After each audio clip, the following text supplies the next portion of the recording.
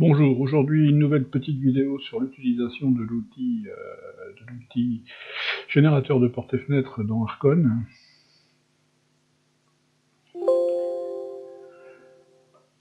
On va créer un nouveau projet et on va donc expliquer à quoi sert ce générateur ici, générateur de portes. Donc ici moi j'ai fait des modèles. Voilà, donc ici, avant de commencer, je vais vous donner une petite astuce pour enregistrer vos modèles, vos propres modèles, alors pas dans cette configuration-là.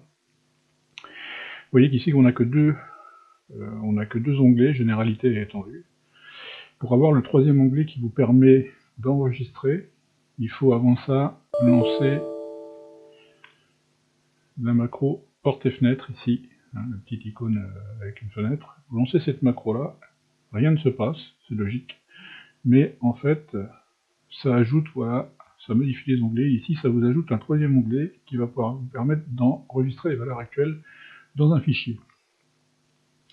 Alors, elle est aussi intéressante puisque elle vous permet aussi, dans cette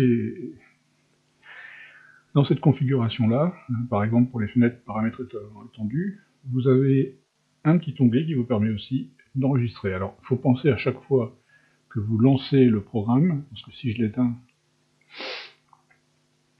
et que je le relance,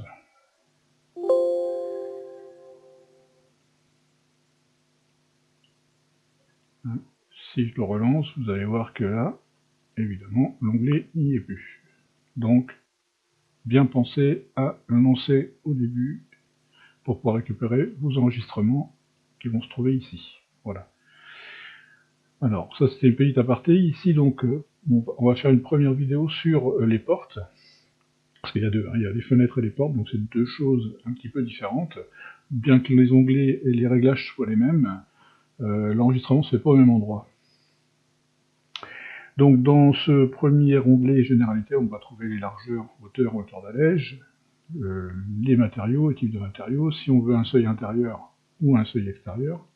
Alors petite astuce, si vous voulez un seuil extérieur, et que vous voulez pas, parce que si je tape un seuil de 8 cm par exemple, automatiquement le seuil va être dans l'épaisseur de la menuiserie. Et moi je veux pas ça, moi je veux qu'il soit en dessous. Donc la petite astuce, c'est de taper -8 pour qu'il soit en dessous. Voilà, le seuil donc se trouve en dessous. Débord, c'est si vous voulez qu'il déborde ici par rapport à votre feuillure, hein, c'est pas sur les côtés. Enfin, c'était pour la petite astuce. Ensuite, on va passer dans l'onglet étendu, et là, dans l'onglet étendu, on va pouvoir faire quelques petits réglages supplémentaires concernant la largeur des châssis, les épaisseurs de châssis. Donc, si vous allez les taper, par exemple, là, c'est le cas de 14 cm. Et les manteaux, le réglage des manteaux. Là, il y en a 3. Voilà. Alors, ici, on voit rien parce qu'en fait, si je sélectionne, on a bien 3 manteaux. Si je sélectionne un ventail et que je fais un clic droit, voilà, j'ouvre ici un petit menu contextuel qui va me permettre de faire des petites choses intéressantes, comme par exemple charger un objet. Alors, charger un objet, il ne sera accessible que si, dans la macro que vous avez enregistrée, vous avez choisi l'option objet. On va y venir, voilà. Donc on va créer une porte maintenant. Pour créer une porte, on va donc utiliser l'outil porte et fenêtre éditeur, voilà. On va donc ouvrir le porte-éditeur de fenêtre. Il va vous demander si vous voulez faire une fenêtre ou une porte. Donc en l'occurrence, on va demander une porte. Et on va taper le nom de la porte. On va l'appeler test. Pas test. Voilà, test, porte. Et on va faire une porte coulissante. Dans un premier temps, terminé. Voilà. Donc on va agrandir tout ça. Ici, on arrive sur une interface 2D. On va commencer par régler la grille, puisque c'est là-dessus qu'on travaille, on accroche sur la grille, donc la grille elle est ici, donc ici on se positionne sur le petit bouton de la grille, on fait un clic droit pour accéder au réglage, modifier la grille, moi je ne veux que une position en X, une position en Y, et je vais faire 830 parce que je veux une porte de 83, alors c'est en millimètres, 2100, et je fais OK. Voilà, donc j'ai modifié ma grille. Maintenant, je vais choisir ici les outils qui vont me permettre de dessiner ma porte. Vu que c'est un rectangle, on va prendre l'outil rectangle. Voilà.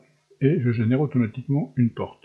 Si je veux un contour, je clique sur contour et je règle les largeurs, épaisseurs et recouvrement s'il y a nécessaire. Si je veux, je fais transférer, et vous voyez que ça apparaît ici. Bon, moi, dans le cas de ma porte coulissante, j'en ai pas besoin, donc je ne vais pas m'en servir. Je vais donc passer au remplissage, et là, je vais choisir, comme je vous le disais, donc objet. Et je vais laisser 40 mm, parce que 40 mm pour une porte c'est bien. Je vais appliquer ceci, donc c'est ce que je vous disais tout à l'heure, hein. Il faut que cette option-là soit affichée dans la macro pour qu'on puisse charger un objet dessus. Et dans cet onglet ici, qui est une mauvaise traduction parce qu'en fait c'est comme propriété de l'aile, hein. C'est propriété de la porte, de l'ouvrant. Ici c'est pas démarche, c'est ouverture, donc vers l'intérieur ou l'extérieur, nous on s'en fiche un petit peu puisque c'est un coulissant. Et on va choisir coulissant horizontal, avec par exemple une poussée gauche ou droite, voilà, appliqué. Bon, à ce stade-là, on voit pas grand-chose, hein, puisque c'est pas encore enregistré. Pour enregistrer, avant, il faut générer les cotations. Donc si vous ne le faites pas, de toute façon, il va vous le dire. Et on va pouvoir faire fichier enregistrer sous. Voilà. Donc j'avais déjà fait un premier test, donc je vais remonter, je vais supprimer pour vous faire voir comment on fait. Voilà. Donc, pour les portes, on les enregistre. Alors, normalement, il doit s'ouvrir automatiquement, mais s'il ne le fait pas, on les enregistre dans Eleco Archon, programme standard turn, parce que ce sont les portes macro. Voilà.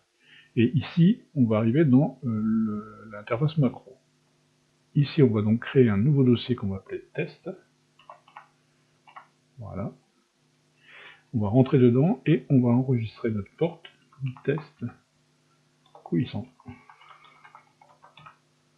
Voilà. On enregistre. Voilà. Donc là, à partir de ce moment-là, on n'a plus besoin de l'éditeur. C'est fini. Et pour voir donc si notre porte a bien été enregistrée, on va créer un mur. Et on va aller dans le générateur de porte, chercher donc, alors on va remonter d'un cran, voilà, et notre dossier il est ici, test, et notre porte coulissante elle est là, voilà. Par défaut, vous avez le panneau objet par défaut, ici donc c'est une porte coulissante, on va rien mettre. Dans étendue, on va même mettre ici 0,1 cm, puisque je ne veux pas d'encadrement. Et donc ici, je vais sélectionner d'un clic gauche mon panneau, faire un clic droit, et charger objet, et là, le logiciel va m'ouvrir l'emplacement où se trouvent les objets. Moi j'en avais déjà créé, qui sont ici. Vous pouvez en créer, mais c'est un peu compliqué à faire. Je vous expliquerai peut-être un jour. Mais en attendant, vous avez tout cela qui sont fournis avec le logiciel. Donc par exemple, eh bien, on va mettre une porte comme celle-là. Voilà. Alors là, ici, on ne voit rien, mais par contre, quand on va repasser dans l'onglet Généralité, vous voyez que notre porte, elle a bien été collée dessus. On va faire OK, et on va l'insérer dans notre mur. Voilà. Alors, pour avoir la représentation 2D architecture, il faut faire affichage, représentation architecturale, et appliquer la représentation architecturale. Après, vous choisissez ce que vous voulez, hein, ici dans la liste, et dans la représentation ici des coupes et des lucarnes et de la toiture. Mais si vous n'êtes pas en affichage représentation architecturale, vous serez en affichage classique, ça va donner ça. Voilà.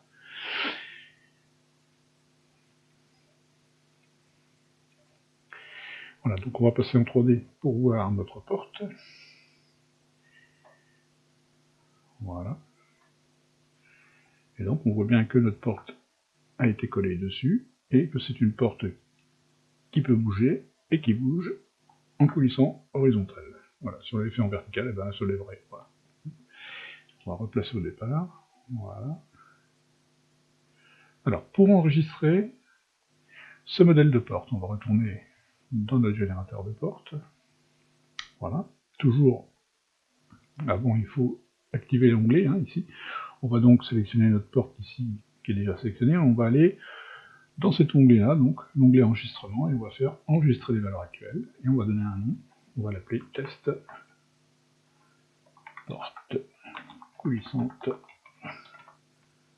83 par exemple, par 204.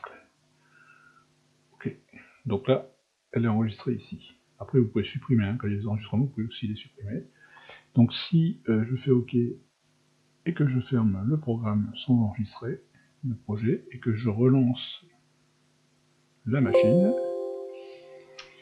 que je crée un nouveau projet, donc toujours pareil, si je vais ici, j'ai pas l'onglet, donc je peux pas avoir accès à ce que je viens d'enregistrer, donc il faut absolument lancer la macro porte-fenêtre avant, revenir ici, et vous voyez que là, j'ai donc accès à ma porte, que je viens donc de recharger sur le logiciel. Voilà. Bon bah, j'espère que cette petite vidéo vous a été utile. J'en ferai d'autres pour les fenêtres. Merci à tous.